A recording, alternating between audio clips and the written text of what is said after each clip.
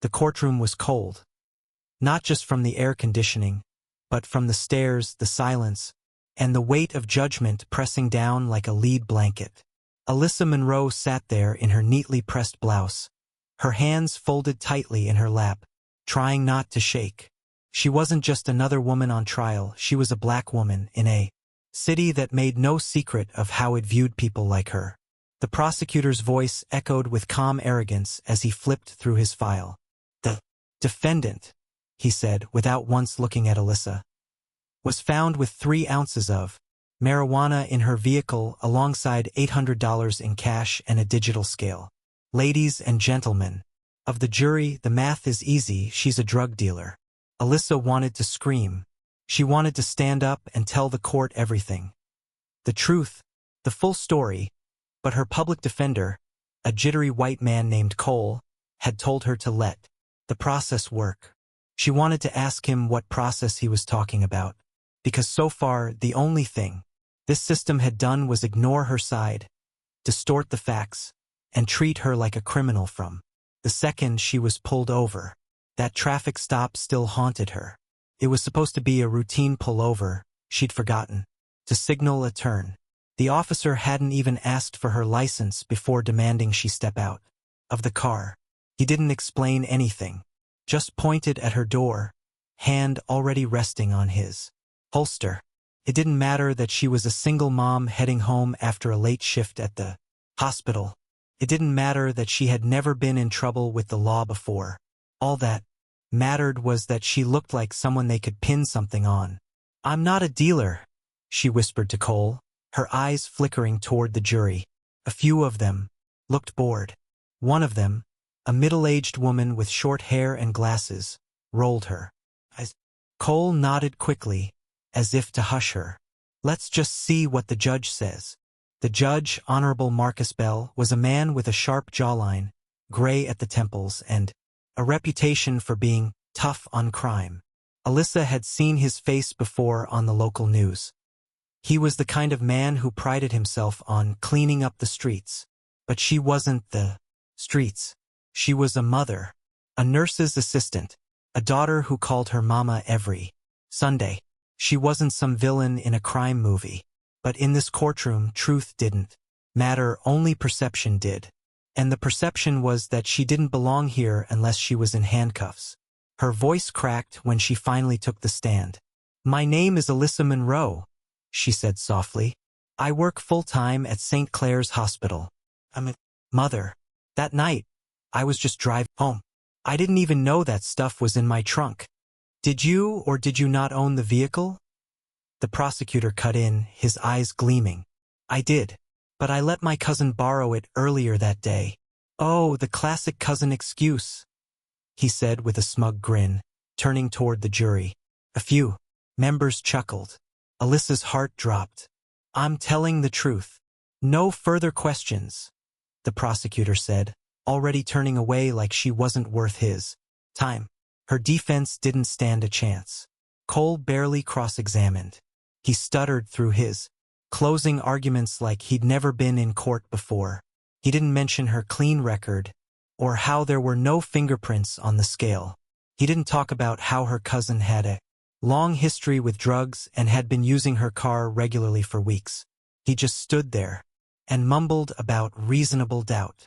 Alyssa's mama sat in the back of the room, her Bible clutched tight in her hands, whispering prayers under her breath. Her daughter, Alyssa's little girl, was with a neighbor. She was only 6, too young to understand what was happening, but old enough to ask, "Why are you sad, Mommy?" The jury left to deliberate. Alyssa sat frozen. Time passed slowly, like it was teasing her. Every minute felt like a punishment. Every second a reminder that the system was never built for people like her. It was built to make them disappear. When the jury returned, the foreman didn't look at her. He just handed the verdict to the bailiff and sat back down. Guilty. Alyssa didn't cry. Not yet. She just stared straight ahead. Because deep down, part of her always knew this day would come, not because she deserved it, but because she dared to believe she didn't. The jail cell was small, barely wider than Alyssa's outstretched arms, with concrete walls that smelled of mildew and regret. The cot creaked beneath her as she sat, arms wrapped around her knees, her mind playing the courtroom over and over again like a broken record. That wouldn't shut off. Guilty. That word rang louder than any siren. It echoed in her bones. It didn't matter that the evidence was weak. It didn't matter that her cousin had a record and had been seen with the car days before. It didn't matter that she had never once been in trouble. Not a parking ticket, not a single incident. What mattered was that she was black, poor, and alone. She wasn't sentenced yet. That would come in a few weeks. But they denied her bail, called her a flight risk. Cole had barely argued it, fumbling through some generic plea about community ties. The judge didn't flinch, just stamped the decision and moved on like she was a case file, not a woman. In the darkness of the cell, Alyssa finally cried. Not loud, not the kind of crying that brings relief, but the quiet, aching tears that slide down your face while your body stays still, too exhausted to even sob. She thought about her daughter, Nia. What was she doing right now? Who was brushing her hair? Did she cry herself to sleep, too? Alyssa's mama had taken her in, but she was getting older. The stress was too much. Her blood pressure had already spiked since the trial. And Alyssa couldn't stop thinking, what if she died while she was locked in here? What if her baby ended up in foster care? What if footsteps echoed down the hall, snapping her from the spiral of thoughts?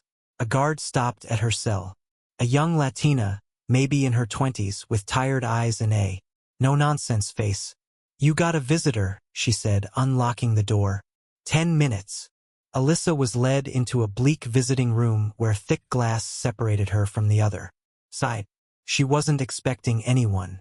Not this soon. But when she saw Maya, her best friend since high school, sitting on the other side with a fierce look in her eyes, Alyssa's heart jumped. Maya leaned close to the glass, grabbing the phone on her side. Girl, what the hell happened? Alyssa picked up the receiver, swallowing back emotion. They railroaded me, Maya. They didn't even try to hear my side. Maya shook her head. I read the transcript already. Cole? He's useless. I'm talking to a real lawyer now. Someone who actually gives a damn. I'll need to raise money, but I'm not letting them bury you, Alyssa. Her throat tightened. They already have. You didn't see how the jury looked at me. Maya leaned closer, her voice sharp. I don't care how they looked at you. I care how we fight back. I've already called Channel 12 News. This case stinks and they know it. I want to put pressure on them. Make them sweat. If the world sees what they're doing to you, maybe someone will step in. Alyssa lowered her eyes. You think they'll listen? A poor black woman from Southeast? They see me as guilty the moment I breathe. Maya's voice cracked. You're not just anyone, Alyssa. You're you. You helped me when my brother got shot. You raised Nia on your own. You worked 2 jobs and still made time to drop off groceries for my mom. Don't you dare let this place convince you you're nothing. Alyssa felt something stir in her chest. A flicker of something that hadn't been there in days. Hope, anger, maybe both. The guard tapped her baton on the floor. Time's up. I'll be back, Maya said. And next time, I'm bringing a camera crew. Back in her cell, Alyssa sat differently. Straighter. Her tears still came, but they didn't feel like defeat. They felt like fuel. Later that night, she heard whispers through the bars. 2 women in the next cell arguing over ramen and commissary. One of them, an older woman with a raspy voice, said something that stuck to her ribs. They ain't never been afraid of our crimes. They afraid of what happens when we stop being quiet. Alyssa turned toward the wall, pressing her palm against the cold cement. She wasn't ready to break. Not yet. 3 weeks passed like a slow bleed. Every day was the same shade of gray walls, gray uniforms, gray food. Alyssa kept her head down, kept to herself. In jail, time doesn't move like it does on the outside. Stretches, like gum stuck to your shoe. pulling you into nothing. But something inside her had changed since Maya's visit. Every morning, she sat up a little straighter. She started writing letters to Nia, to her mother, even to herself.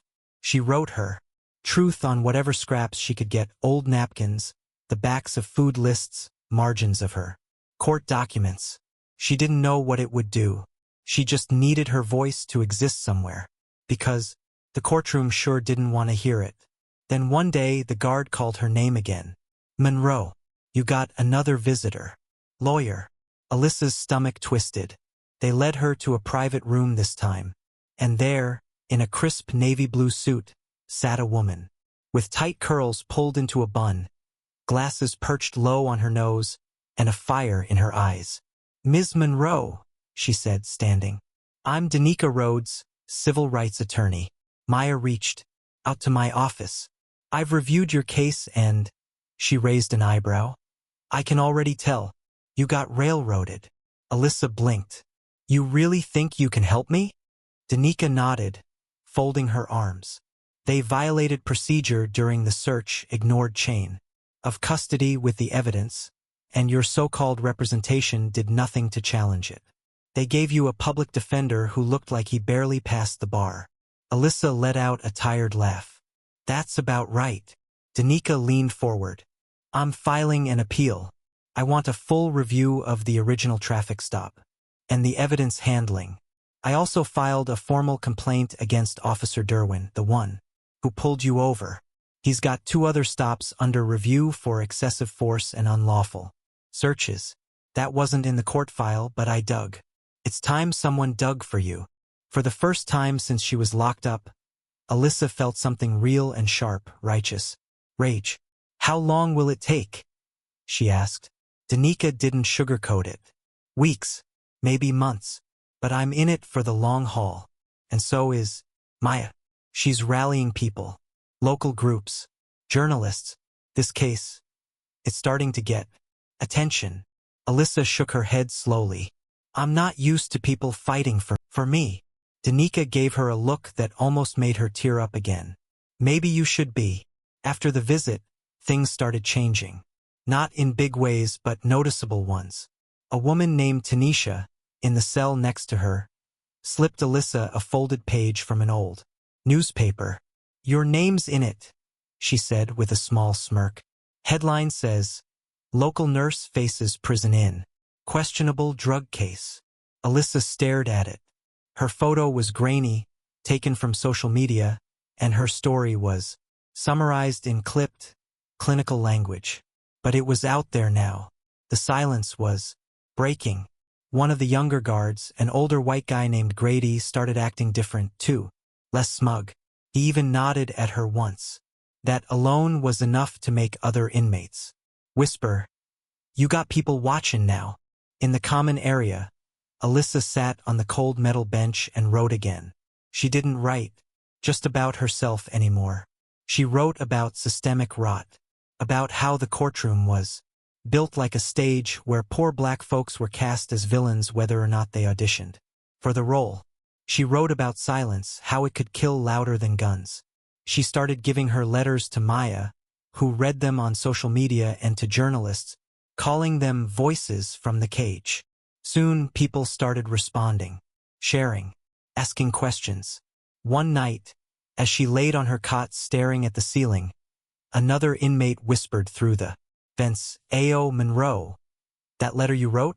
That one about the chain on your ankle being invisible but still heavy? I felt that. Alyssa didn't reply out loud, but she smiled. She still didn't know if justice would come. But she knew one thing now. The system might have caged her, but it didn't silence her. The morning of her sentencing, the sky was overcast, muted and still, like the city itself was, holding its breath. Alyssa stood in front of the mirror in the holding cell, adjusting the collar of her orange jumpsuit like it mattered. Didn't. No matter how she stood or what she stood or what she wore to the system, she was already boxed in. But she did it anyway, out of habit, out of pride. Maybe both. 2 guards escorted her to the courtroom. Her feet were shackled, the metal clinking with Every step like some cruel rhythm only the court seemed to enjoy. She didn't feel shame anymore. She felt numb. Or at least she thought she did until she stepped through the side door and saw who was there. The gallery was packed. There were people in the pews that didn't even know her. College kids, activists, journalists. Her mother sat in the front row, face drawn but proud, with little Nia curled beside her in a bright pink dress. Maya stood tall behind them, and next to her was Danica, flipping through a file with surgical focus. A wave of emotion hit Alyssa so hard her knees almost buckled. She wasn't invisible anymore. Judge Marcus Bell sat behind the bench like a man carved out of stone. Cold, detached, his fingers laced tightly as he looked down at her. "Before I issue the sentence," he said, "the defendant may speak." Alyssa swallowed hard. Her mouth was dry, but her heart was full. She stepped forward, unshackled only moments before, and gripped the wooden podium. Every breath felt like a mountain, but when she opened her mouth, the words flowed like they had been waiting their whole life to be born. "My name is Alyssa Monroe," she began, steady but low. "I am a mother, a daughter, and a nurse's assistant. I've worked hard my whole life to care for others. Patients, neighbors, strangers. That night, I wasn't carrying drugs to sell. I wasn't moving weight. I was driving home after work, tired, thinking about whether I had enough in my account to cover groceries for my daughter." She paused, eyes flickering toward the jury box. Empty now, but still symbolic. "I told the officer who pulled me over that someone else had used my car earlier. I told the court the same. But no one wanted to hear me, because in this country people like me don't get the benefit of the doubt, especially not black women." A hush settled over the room. The system doesn't have to say it hates us out loud. It shows it in who gets stopped, who gets searched, who gets a real lawyer, who gets believed. Judge Bell raised an eyebrow but said nothing. "I was guilty of being in the wrong place, in the wrong skin, at the wrong time." She didn't cry. She didn't tremble. She just stood. When she finished, the silence lasted long enough to echo. Danica stepped forward next. She requested a motion to delay sentencing based on new evidence. A sworn statement from Alyssa's cousin, finally tracked down, admitting the drugs were his. He even confessed in a video that Maya had managed to capture with the help of a local journalist. The prosecution objected. They said the confession was too convenient, too last minute. Judge Bell scowled. And then, shockingly, he agreed to hear the motion. A recess was called. In the hallway, Danica was already on the phone with the appellate court, pushing for a full review.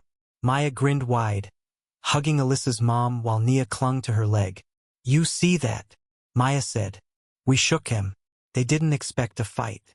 Alyssa sat down on a bench in the hallway and finally exhaled. It wasn't over. Not by a long shot. But for the first time, she wasn't fighting alone. Back in her cell later that night, after being taken back until the next hearing date, Alyssa stared out the narrow slit of a window. She couldn't see much, just a patch of sky and a corner of barbed wire fencing. But something had shifted. The world outside had seen her, and it was listening now. 2 weeks passed. 2 weeks of restless nights, of prayers whispered to ceilings that never answered, of trying to hold on to hope when everything in her body warned her not to. But then, just after lunch on a Tuesday, the guard with the tired eyes, Jack Son, appeared outside her cell again. "You're up," he said simply. This time, there were no shackles. Alyssa was led through a different hallway than usual, this one quieter, cleaner. Danica met her in the attorney conference room, already seated with a laptop open and a confident gleam in her eye. "Today," Danica said, "we make them look in the mirror." Alyssa sat down. "You think the judge will listen?" Danica nodded. "He has no choice. The video confession, the mishandling of evidence, the public attention, it's all too loud to ignore. We're not begging for mercy today. We're demanding accountability." Court resumed at 2:15 p.m. This time, the room was even more packed than before.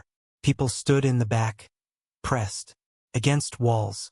A local activist group had shown up in matching shirts. There were new cameras set up outside the courthouse, and 2 reporters sat near the exit scribbling notes. Alyssa spotted her mother again in the front row, her hands wrapped around a worn Bible, like it was a lifeline. Nia wasn't there this time, too young for what might come next. Danica took the floor. She played the confession video aloud. There he was, Alyssa's cousin Marcus. His voice slurred slightly, but clear. Yeah, I had that stuff. It wasn't her. I'd been using her car, and she didn't know. I didn't think she'd get in trouble. I didn't think they'd go that far. A gasp rippled through the courtroom. Danica turned to the judge. This isn't just a new piece of evidence. It's a confession, and it lines up with the inconsistencies the prosecution ignored. No prints, no eyewitnesses, no surveillance, just assumption. You assumed a black woman in a beat-up car with a few $100 in her bag had to be dealing drugs. The judge looked cornered. The prosecutor shifted uncomfortably in his seat, jaw clenched. He tried to object, tried to question Marcus's credibility. But Danica wasn't having it. You trusted your own assumptions more than you trusted facts, she said. And that's the real crime. A long silence followed. Then Judge Bell finally leaned forward. He cleared his throat and glanced down at the stack of papers in front of him. In light of this new evidence, and the troubling issues surrounding the original trial, he said, voice low but firm, this court is compelled to act. The conviction against Ms. Alyssa Monroe is hereby vacated. Gasps again. Whispers. And then, for the first time since it all began, Alyssa allowed herself to feel it. Freedom. Danica turned to her with a small, proud smile. You're going home. The courtroom erupted. Her mother sobbed openly, hands over her mouth. Maya hugged. Strangers. One of the activists raised a fist in silent salute. Alyssa didn't cry, not yet. Her body was still catching up with the reality of it. She was free. She was really free. Outside, the cameras were waiting. Danica shielded her at first, but Alyssa surprised everyone when she stepped up to the microphones. I want to say thank you to every person who believed me, she said, voice shaky but strong. But I also want to say this, what happened to me isn't rare. It's not a glitch in the system. It's the system. And until that changes, I'm not done speaking. Reporters scribbled faster. She wasn't just a headline anymore. She was a voice, presence, a survivor. That night, she stood in her mama's kitchen while Nia sat at the table coloring with wide, curious eyes. Mama? Nia said, looking up. Are you gonna leave again? Alyssa dropped to her knees, held her daughter tight. No, baby, she whispered, tears finally. Billing. I'm never leaving you again. The house smelled like collard greens and cornbread. Her mama was humming in the next room. And the weight that had lived on Alyssa's chest for months, maybe her whole life, was finally starting to lift. She'd walked through fire, and somehow she was still standing. Freedom, Alyssa quickly learned, wasn't as simple as walking out the courtroom doors. There were no parades, no apology letters, no offer from the state to help her restart her life after being wrongly imprisoned. Just a ride home with Maya, a few hugs, and the echo of her own trauma tucked neatly in her chest like a scar no one could see but everyone expected her to forget. Within a week, she was back at her mother's house, sleeping on the couch in the living room. Her room had been converted into a small space for Nia, a princess bed, posters of cartoon characters, a stack of books she couldn't believe her daughter had learned to read so fast. But Alyssa didn't complain. She was just happy to be near her child again, to hear her giggle in the mornings, to make her pancakes shaped like hearts, to brush her hair without counting days until the next visit. Still, freedom came with its own kind of heaviness. Her old job at the hospital was gone. They hadn't even waited until her sentencing. Once she was arrested, they let her go. Policy, they said. Pending investigation. Even though she'd been cleared, reinstatement wasn't offered. And when she called about new openings, her application was mysteriously never received. The internet had her mugshot forever. Employers saw it before they saw her credentials, before they saw the correction, before they saw her. I feel like I got released from one kind of prison, she told Maya one afternoon, sitting on the porch, just to step into another. Maya lit a cigarette, her eyes narrowed behind sunglasses. They wanted you erased, LYSS. You surviving? That's the loudest rebellion. Danica didn't disappear after the case, either. She helped file a civil suit against the city, Officer Derwin, and the district attorney's office. It was slow going, but she was confident. They can't hide from this now, she said. Not with the evidence, the confession, the public. This could set a precedent. Alyssa appreciated it, but part of her had grown wary of courtrooms. She didn't trust the system to fix itself. Still, she kept showing up to meetings. She gave interviews. She wrote more letters, more essays, more speeches. Every word was another crack in the wall that had once surrounded her. She was no longer just the accused. She was an advocate, a voice for others. She met other women, black women, brown women who'd been through the same nightmare. Some had been inside longer. Some never got out. Some were still waiting, forgotten behind bars. One woman, Tamika, had lost custody of her 3 kids while in jail for a charge nearly identical to Alyssa's. They called me unfit, Tamika had said through tears, but they never saw me fight for my babies every day. Alyssa wrote her story, posted it online. It went viral. The stories became louder than the courtroom silence ever was. Then came the panel invitations. Civil rights organizations, schools, even a small news network that offered to fund a documentary. Alyssa was hesitant at first, but after speaking at a local community center, sharing her journey with women who cried just listening, she knew she had to keep going. She was still healing, still waking up in sweats, still checking the door 3 times at night, afraid someone might knock and say it was all a mistake, that she had to go back. But healing wasn't a straight line. It was messy, slow, and real.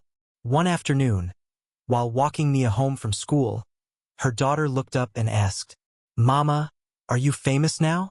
Alyssa laughed. "Nah, baby. I'm just telling the truth." "Good," Nia said. "I want you to tell mine too someday." That stopped Alyssa in her tracks. She knelt beside her daughter, brushing a curl away from her face. "You're gonna tell your own story, sweetheart, and it's gonna be powerful." That night, Alyssa sat at the kitchen table and opened her laptop. She started typing the first line of something bigger, maybe a book, maybe a memoir. It began the same way she remembered feeling, sitting in that cold courtroom the day she was convicted. "They never saw me, but I was always here." Months passed, and the rhythm of life slowly found Alyssa again. But it wasn't the same rhythm from before. She no longer lived in quiet survival. Now, she lived in deliberate resistance. The lawsuit against the city was in full swing, and though no judgment had come yet, the pressure was mounting. Officer Derwin had been suspended pending investigation. Whispers of misconduct and a growing pile of complaints from other black and brown citizens were gaining attention. Alyssa had become the name that opened the door, and more people were finally walking through it. She got offered speaking gigs, some paid, some not. Universities wanted her on panels. Podcasts invited her to talk. A small publisher reached out, offering to help turn her essays into a book. But Alyssa didn't care much about clout. She cared about impact. And then came the letter. Folded, official-looking, with a return address stamped from the State Department of Corrections. Her stomach twisted before she even opened it. Inside was a single-page letter. "Alyssa Monroe, this is to inform you that your record has been officially expunged." She read the rest, but her mind stopped at that word. Expunged. The stain was gone. Legally, it would be like it never happened. Except it did happen. Every cold night, every look of judgment, every second she feared. She'd never see her daughter again. No legal document could erase that from her soul. She held the letter in her hand for a long time, then folded it back and placed it gently in a box labeled Keep. That evening, Maya stopped by with a bottle of wine and news. "You heard about the new bill they're trying to pass?" she asked, waving her phone around. "Inspired by you, girl. State Senator Kilgore just proposed mandatory body cams on all traffic stops and harsher penalties for unlawful searches. They're calling it the Monroe Reform Act." Alyssa's mouth dropped. "You're lying." Maya grinned. "Not even a little. I told you, LYSS, you're not just surviving. You're changing. T. She sat back, stunned. Her name, Monroe, on a law? It didn't even feel real. But it was. Later that night, she sat at the edge of her bed, watching Nia sleep. She thought about everything she had lost, time, peace, trust. But she also thought about what she'd found. Her voice, her people, her purpose. That purpose only deepened when she got a call from Tamika. "They tried to take my baby again," Tamika said, voice trembling. "I did everything they asked, and they still said I wasn't stable enough. They say my record's the reason, even though I've been clean 3 years." Alyssa didn't hesitate. "Where are you right now?" she asked. "I'm coming." The next morning, she showed up at the courthouse, not for herself, but for Tamika. She sat beside her at the custody hearing, wore a blazer, brought copies of her own exoneration, her work, her story. She stood up when the judge hesitated and said, "If you're saying her record defines her, then let me be living proof that the system gets it wrong. And if you're worried about stability, maybe ask why mothers like Tamika have to keep rebuilding what this court keeps tearing down." She didn't yell. She didn't cry. She just told the truth. Again, the judge blinked, shuffled papers, and said he'd review further. It wasn't a win yet, but it wasn't a loss either. That night, Tamika called her crying. "No one's ever stood up for me like that," she whispered. Alyssa smiled through her own tears. "You don't owe me thanks. You just pay it forward when it's your turn." That's what her life had become, a ripple effect. One voice pushing another, one woman lifting the next. She was no longer a prisoner, no longer the victim. She was the beginning of a shift. A year later, the city looked different. Not because the buildings changed or the streets were cleaner or the politics were suddenly fair, but because more people were awake. The silence that once swallowed. Stories like Alyssa's now cracked open with voices that refused to shut up. Black women, brown mothers, poor families, they were showing up, speaking out and fighting back. And in the middle of it all stood Alyssa Monroe. She wasn't trying to be a hero. That was never the goal. But her name had become a symbol. The Monroe Reform Act passed in 2 states. Others were drafting similar versions. Schools started using her case in criminal justice courses, documentaries, articles. She even got asked to write an op-ed in the New York Times. But nothing meant more than what happened at Nia's school one bright spring morning. It was Family Stories Day, a sweet little elementary event where parents were invited to share something about their lives. Alyssa had almost said no. She didn't want to bring the weight of her past into her daughter's happy world. But Nia had begged. "I want them to know how strong my mama is," she said. So Alyssa stood in a cheerful classroom, between posters of the alphabet and finger-painted sons, and told a room full of second graders a softer version of her truth. "I was locked up for something I didn't do," she said gently, kneeling to their level. "But I didn't give up. And because of that, other mommies and daddies won't have to go through what I did." One little boy raised his hand. "Were you scared?" Alyssa nodded. "Yes, baby. Very. But being scared doesn't mean you stop. It means you keep going anyway." After the talk, the teacher pulled her aside. "Your daughter, she talks about you like you're a superhero." Alyssa smiled. "She's mine." That night, Nia climbed into her lap on the couch. Did you see how everyone clapped for you, Mama? I saw, Alyssa whispered, kissing the top of her head. You're famous now. Alyssa chuckled. No, just known. She paused. There's a difference. Later, when Nia fell asleep in her arms, Alyssa opened her laptop and pulled up her manuscript. Her book was almost done. The last chapter had been the hardest. She'd rewritten it 5 times. It was supposed to be about closure. But she realized something. There was no closure. Only continuation. The fight never really ends. The system doesn't suddenly become just. People don't magically become fair. But what changes is who's watching. And now people were watching. They were organizing, speaking, voting, writing, marching. They were no longer waiting for someone to save them. They were saving themselves, saving each other. The last sentence she typed that night read,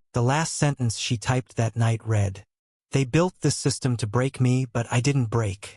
I built something stronger out of truth, out of fire, out of love. She closed the laptop and leaned back. She had been caged. She had been judged. She had been almost forgotten. But now, she was a name. She was a voice. She was a warning. And she was just getting started.